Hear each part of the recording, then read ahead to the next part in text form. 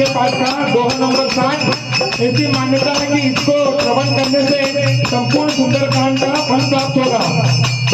सकल सुमंगल दायक